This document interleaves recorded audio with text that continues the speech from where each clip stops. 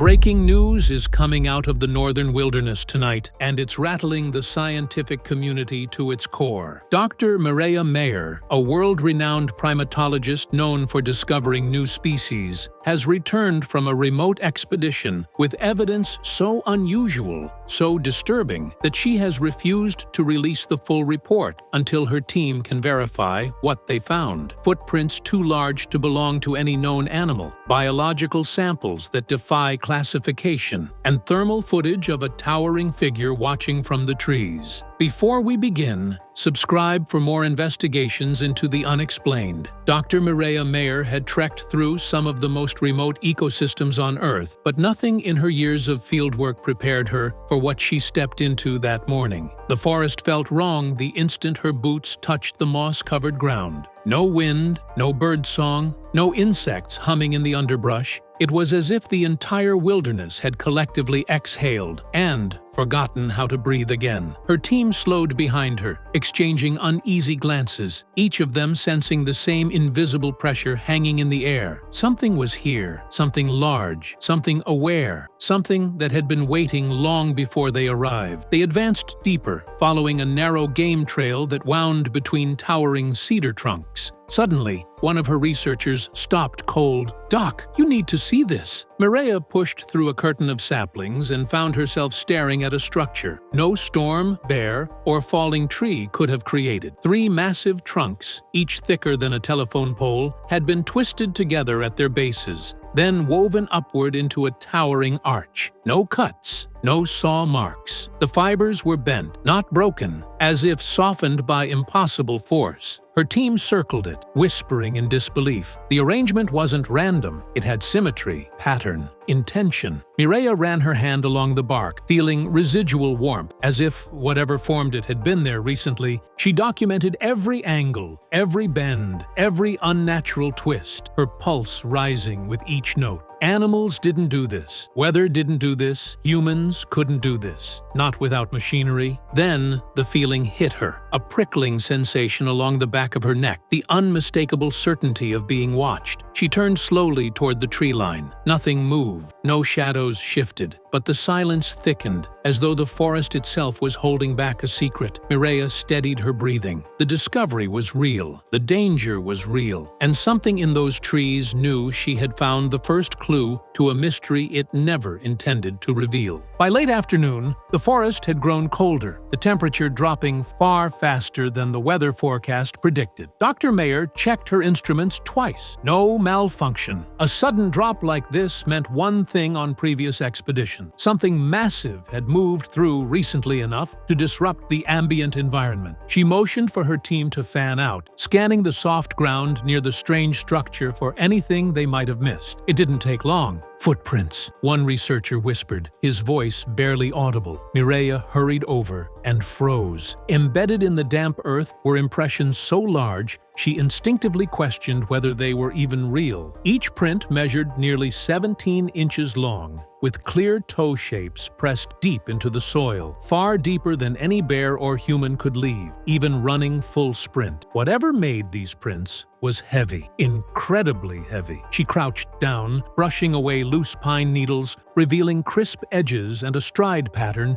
that instantly made her breath catch. The spacing was enormous. Whatever walked here had a gait almost twice the length of a human's. Even stranger, there were no claw marks, no signs of knuckle walking, no dragging. The prints were perfectly upright. The silence grew heavier as the team measured each print, documenting angles, depth, and stride. Mireya ran her hand lightly along a heel, depression. The soil was still warm, recently compressed. "This was no more than an hour ago," she murmured. The realization hit all of them at once. The creature wasn't just real, it was close. But what disturbed her most weren't the prints, it was the pattern. They didn't lead randomly through the woods. They circled around the tree structure, around their path, around the exact area the team had just traversed, almost like a perimeter check, like something had been watching them since the moment they arrived. Mireya stood slowly, scanning the tree line with newfound urgency. She raised her thermal imager and swept across the shadows between the cedars' static interference. A brief flare of heat Then nothing. The air felt charged, heavy, alive with unseen movement. She knew instantly that whatever made those prints wasn't wandering blindly through the forest. It was intelligent, it had intention, and now it was aware of them. Night fell faster than expected, swallowing the forest in a suffocating blackness that even their headlamps struggled to penetrate. The team gathered near their equipment cases, preparing for the nocturnal phase of the investigation. Thermal drones, audio traps, and high-sensitivity microphones, all calibrated, all ready. But before they could deploy anything, the forest made the first move. It began as a vibration rather than a sound, a low, bone-deep tremor that rolled through the ground and into their chests. Every team member went still. The tremor grew, rising into a pitch that twisted from animalistic to disturbingly human. A long, agonized wail tore across the treetops, echoing so violently that one researcher dropped his equipment and staggered backward. Mireya felt the hair on her arms stand straight up. This wasn't a wolf howl, not even close. Wolves carried rhythm, pattern. This was layered, fragmented, like multiple voices overlapping, rising in a single horrific chord. It was the kind of sound that could only come from a throat built for power far beyond any known North American predator. The scream ended suddenly, replaced by a nauseating absence of sound. The forest didn't return to normal. It simply stopped. No insects, no owls, no distant rustle of small animals fleeing into the brush. The silence pressed against their eardrums like a vacuum. "Get the drones up," Mireya ordered, forcing her voice to remain steady. Two operators scrambled to launch them. Twin devices lifted into the air, their thermal lenses painting the forest floor in blues and oranges. The screens flickered. Heat signatures appeared. Normal ones at first. Deer, rodents, small mammals. Then something massive moved in the far corner of the display. A towering heat mass weaving between trees with shocking speed. Too large to be a bear, too upright to be anything known. Mireya zoomed in. The figure moved with purpose, not fleeing, not hunting, circling. Another scream erupted, closer this time. Both drones shook with interference. The heat signature vanished behind a cluster of pines as if swallowed whole. The drone feeds crackled, static distorting the screen. Mireya's throat tightened. Whatever was out there wasn't trying to hide anymore. It was communicating,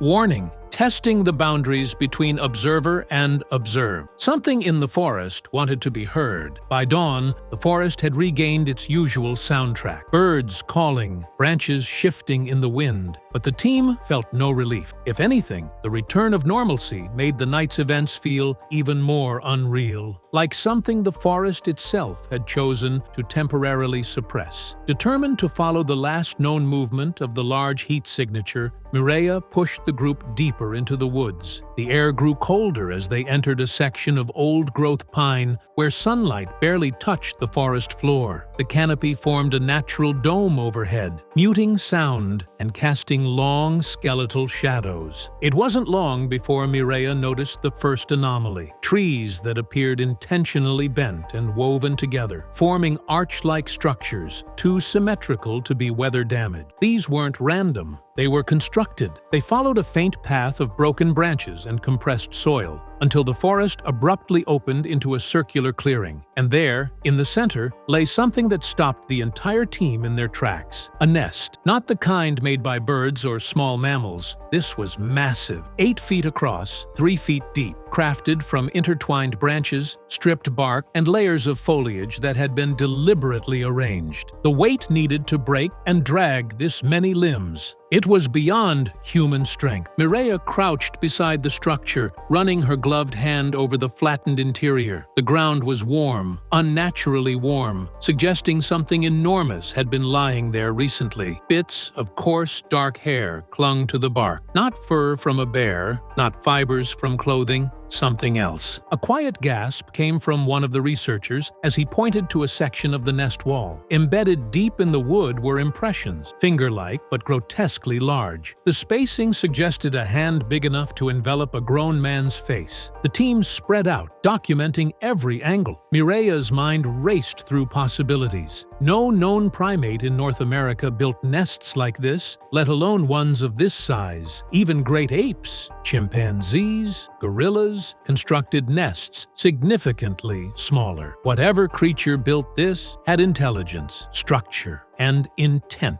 Before the team could examine the surrounding soil for tracks, a sudden shift of wind carried a smell through the trees. Musky, earthy, but sharp enough to sting the nose. An animal scent, but not one any of them recognized. Something had been here. Something might still be here, and the forest seemed to know it. The discovery of the nest had already pushed the team into uncharted territory, but what they found next would shake even Mireya, someone who had spent her entire career confronting the unknown. As the others continued mapping the clearing, she carefully tweezed a clump of tangled fibers from a section of stripped bark. Up close, under the harsh glare of her headlamp, the hair looked almost metallic, thick at the base, tapering to a fine point, with a strange translucent sheen. It didn't resemble any known wildlife in North America. Not bear, not bison, not elk, and certainly not human. Mireya sealed the sample immediately. "This," she whispered, "is going straight to the lab." But she wasn't prepared for what happened next. One of the rookie researchers shouted from the tree line, "Dr. Mayor, there's more!" He held up a second sample, this one longer and darker, as if pulled or shed from an enormous creature. Before Mireya could reach him, another team member called out a discovery. Deep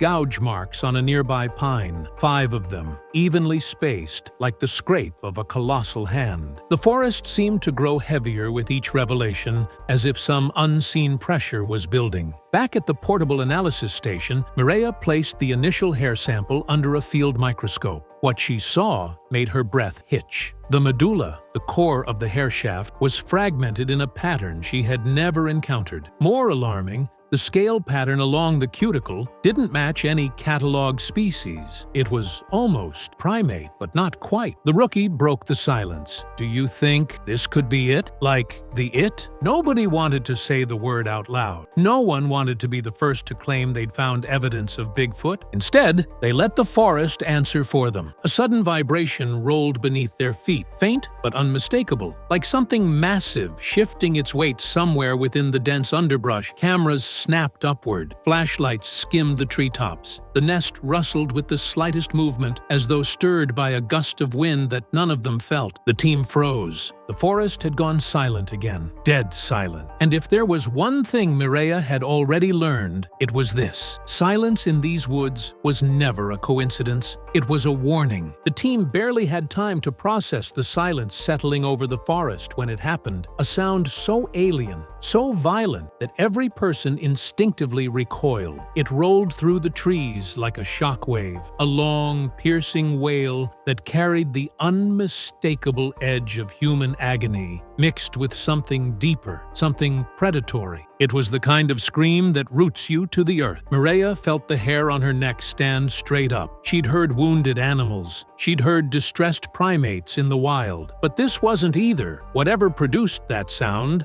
had vocal cords capable of hitting frequencies that felt as if they were vibrating inside her bones. Another scream tore through the forest. Closer this time. Too close. The team scrambled, raising thermal cameras, scanning every inch of darkness. The forest refused to give up its secrets. Their breaths came in trembling bursts. Behind them, the nest, just moments ago, a fascinating anomaly, now felt like a crime scene, like they had trespassed into something's territory. Mireya steadied her breathing and played back the audio on her recorder. The waveform spiked violently. The sound had layers, harmonics that shouldn't have been possible for a single creature. She isolated it further. That's when she noticed something chilling, a second voice, faint, buried inside the scream, almost like a response, but not human. The rookie researcher whispered, "There's 2 of them." Not wanting to panic anyone, Mireya ignored the comment. "We need to document everything," she said firmly, though her voice trembled. "We stay calm. We stay together." But then the forest answered, this time with a third sound, a single, sharp wood knock. It echoed through the trees, with deliberate precision. One knock. Then, after a long, dreadful pause, another knock answered from somewhere deeper in the woods. Every wildlife expert knows wood knocks are not natural. Chimps and gorillas use them to communicate. Apes warn, signal, and coordinate with them. But there are no great apes in North America. The realization hit the team like a gut punch. They weren't hearing random noises. They were overhearing a conversation. Mireya's hand shook as she lifted her thermal camera toward the direction of the first knock. A faint heat signature flickered between the trees. Tall, humanoid, then gone instantly, as if it knew they were watching. Another knock sounded, faster this time, urgent. Whatever was out there wasn't just reacting. They were strategizing. The forest rustled. Something massive began moving parallel to the team's position, matching their breath, their fear, their rhythm. Mireya whispered the words no scientist ever wants to say. We're not alone out here, and we never were. The team tightened their formation as the forest pressed in around them, every shadow feeling heavier than the last. The wood knocks had stopped, but the silence they left behind was worse. Thick, suffocating, and charged with an intelligence that felt unmistakably aware of their presence. Mireya swung her thermal camera toward the densest part of the tree line, and for just a heartbeat, she caught it. A silhouette, broad shoulders, narrow waist, inhuman height. It stood motionless, half hidden behind a trunk, heat radiating from its form like a living furnace. Before anyone else could catch a glimpse, it slipped behind the trees with unnatural smoothness. No sound of heavy steps, no snapping branches, just disappearance. What the hell was that? One team member breathed. No one answered. They didn't need to. The forest rustled suddenly, low, rhythmic movement circling them, as if whatever they'd glimpsed wasn't alone. Mireya felt the primal instinct of being prey, hunted by something comfortable in the dark, something that understood these woods better than they ever could. The rookie whispered, "We should go, now." But Mireya raised a hand. "If we retreat, we lose everything. Stay sharp. This is the closest anyone's ever been." Then another sound drifted in. Breathing, slow, heavy, impossibly deep. Not from one direction, but from several, as if multiple massive chests were drawing air at once from the shadows, watching, evaluating. The team's flashlights shook as they illuminated the underbrush. Nothing. Only that awful breathing, as though the forest itself were alive. Mireya swallowed hard. "We keep recording. If it wanted to hurt us, it already would have." But even she didn't fully believe her own words. Whatever was out there wasn't just observing, it was deciding. As the heavy breathing faded back into the forest, the team cautiously advanced toward the area where Mireya had seen the massive silhouette. The ground was soft from the previous night's moisture, perfect for capturing tracks. If the creature had left any, their flashlights swept across the forest floor until one of the researchers gasped. "Over here! Look at this!" Imprinted deep into the soil were footprints unlike anything they'd documented before. Each one was enormous, nearly 17 inches long, with a defined heel, arch, and 5 distinct toes. Not the broad, flat paw of a bear, not the hooved shape of elk. These were human-shaped, but monstrously large. The stride length was even more unsettling. Whatever had walked here had a gait far longer than any person alive, easily covering twice the ground with each step.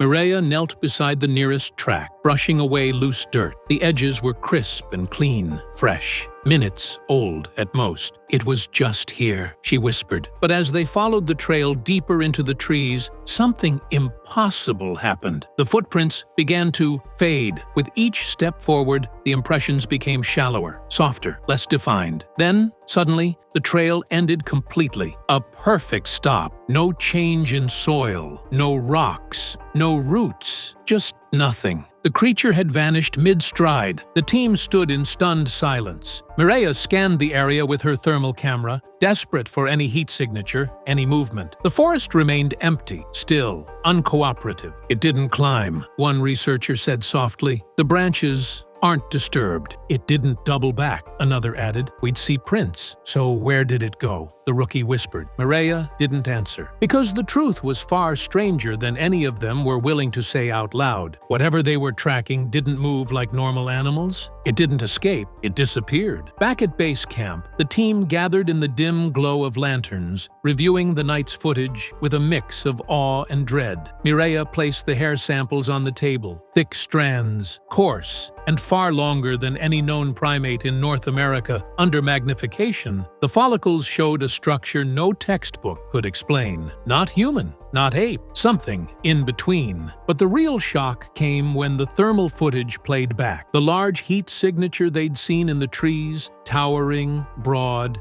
and upright, briefly flickered into full clarity before vanishing. Yet in that split-second frame, the creature's outline was unmistakable. Long arms, massive shoulders, and a head shape disturbingly close to early hominid reconstructions. One frame, one impossible silhouette. Then the screen glitched into static. When the team tried to stabilize the footage, the software froze, the lights dimmed, their laptops rebooted. Equipment that had worked flawlessly all week suddenly malfunctioned simultaneously, as if reacting to whatever they had captured. A heavy unease settled over the room. Something didn't want to be recorded. Even more alarming, the sound analysis returned moments later with results that made their blood run cold. The guttural scream they'd recorded earlier matched no animal in any North American database. Not wolves, not bears, not mountain lions, but the waveform patterns. They were close to human vocal cords, just deeper, more resonant, stronger than any known physiology could produce. Mireya leaned back, her voice barely above a whisper. This isn't folklore anymore. Something is out here, and it knows we're following it. The team packed up in tense silence. They didn't celebrate. They didn't speak, because now they understood the truth. They weren't just tracking a creature. The creature was studying them, and whatever lived in those woods wasn't finished.